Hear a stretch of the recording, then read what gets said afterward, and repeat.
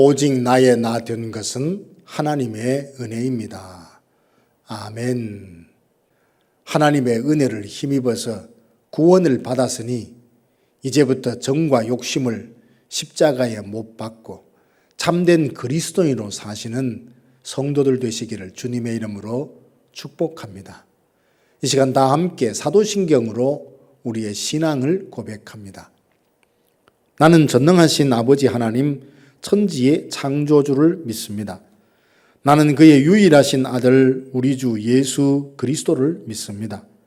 그는 성령으로 잉태되어 동정녀 마리아에게서 나시고 본디오 빌라도에게 고난을 받아 십자가에 못 박혀 죽으시고 장사된 지 사흘 만에 죽은 자 가운데서 다시 살아나셨으며 하늘에 오르시어 전능하신 아버지 하나님 우편에 앉아 계시다가 거기로부터 살아있는 자와 죽은 자를 심판하러 오십니다.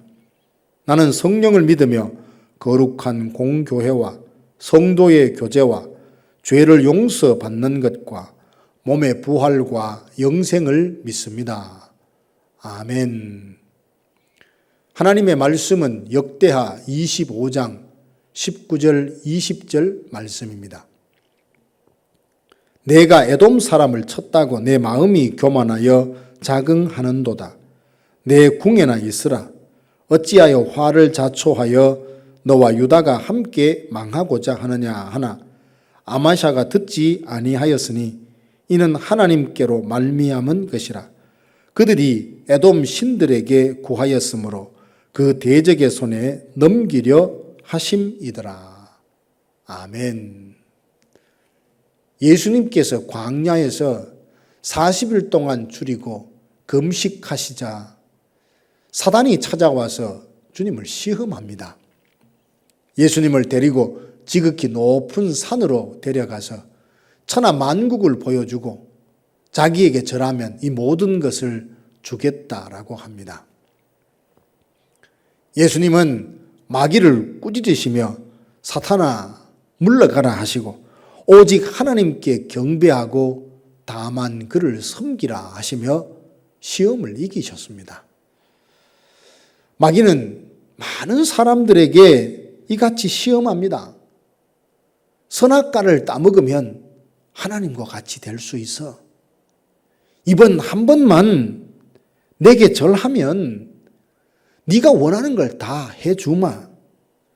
달콤한 약속으로 우리에게 다가오지만 사실은 우리의 영혼을 낚으려는 미끼에 불과합니다. 이때 사람들은 시험에 빠져서 절을 하기도 하고 불순종하기도 하지만 그 대가로 마귀가 약속한 천하를 얻는 것이 아니라 하나님의 은혜로 주신 것마저도 잃어버리고 비참한 지경에 이르게 되죠. 사람은 자신을 파괴시키는 죄의 본성을 갖고 있어 교만하여 하나님께 불순종해서라도 스스로 하나님의 자리에 오르고 싶어 합니다. 그러니 사단의 시험에 쉽게 농락될 때가 얼마나 많은지요. 오늘 본문에 기록된 유다왕 아마샤가 그런 사람들 중에 하나입니다. 아마샤는 아버지 요아스를 이어서 유다의 9번째 왕이 되었습니다. 왕위에 오르자마자 아버지 요아스를 반역했던 신하들을 색출해서 처형함으로써 국가의 기강을 바로 세웠고요. 하나님 보시기에 정직하게 통치를 했습니다. 하나님 보시기에 정직하다라는 것은 윤리적으로도 올바를 뿐만 아니라 하나님의 말씀을 잘 지켰다는 것을 뜻합니다. 그런데 이런 아마샤에게 부족한 점이 있었는데 그는 전심으로 하나님을 찾지 않았습니다.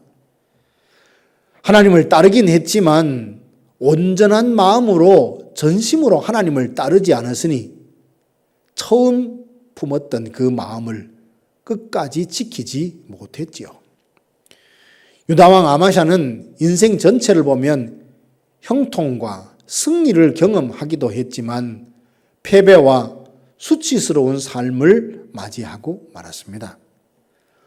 먼저 그는 언제 형통하고 언제 승리했던가요? 아마샤가 여호와 보시기에 정직히 행할 때 하나님은 그 나라를 견고하게 세우십니다. 아마샤는 국내 상황이 안정되자 눈을 들어서 에돔을 정복하려고 합니다. 전쟁에 참전할 만한 사람들을 모아보니 30만 명 정도 됩니다. 이 군사를 가지고는 에돔을 정복하기에 충분하지 않다라고 생각을 하고 은 100달란트를 주고 북이스라엘 사람들 10만 명을 용병으로 데려왔습니다. 전쟁에 참전하려고 하자 하나님의 사람이 찾아와서 말하기를 북이스라엘 사람들을 용병으로 데려와 쓰는 것을 하나님께서 기뻐하지 않는다시며 다시 돌려보내라고 합니다. 전쟁의 승리는 군사의 많고 적음에 달려있는 것이 아니라 하나님의 손에 달려있다는 것을 알고 있었던 아마사의 입장으로서는 울며 겨자 먹기식으로 은 100달란트를 허비하면서까지 그들을 돌려보낼 수밖에 없었습니다.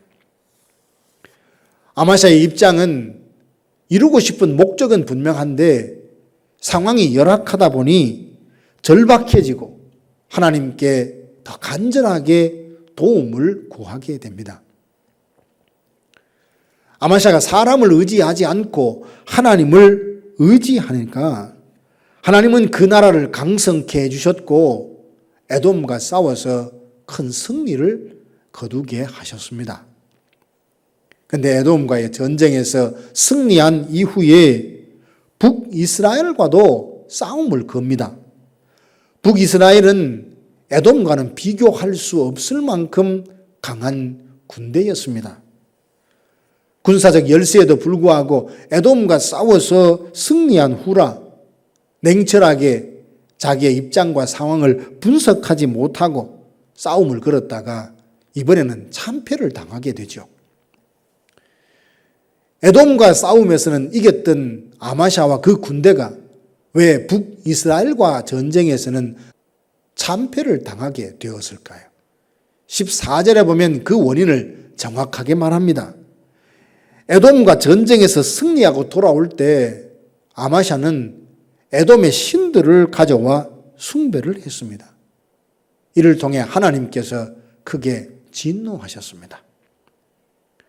자기 힘으로 마치 전쟁에서 승리한 것처럼 한껏 마음이 높아져 있어 우상 숭배까지 하자 북이스라엘과 싸울 때는 하나님께서 그에게 베푸셨던 은혜를 거두시니 아마샤는 제대로 힘 한 번 쓰지 못하고 북이스라엘에게 참패를 당하고 포로가 되어 끌려갔습니다.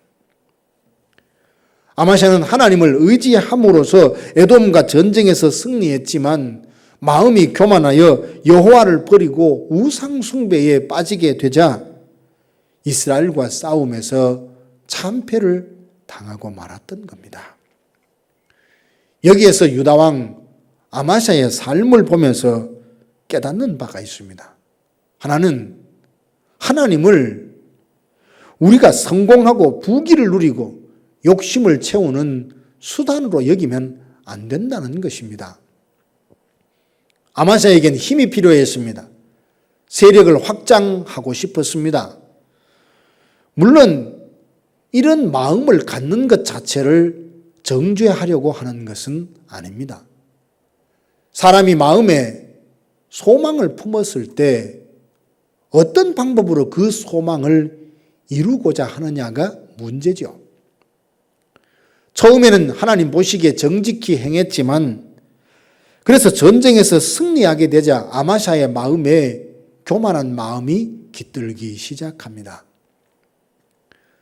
수적인 열세에도 불구하고 승리하게 되자 이제 하나님의 도움 없이도 누구와 싸워 이길 수 있다는 자만심이 그 마음속에 일어납니다.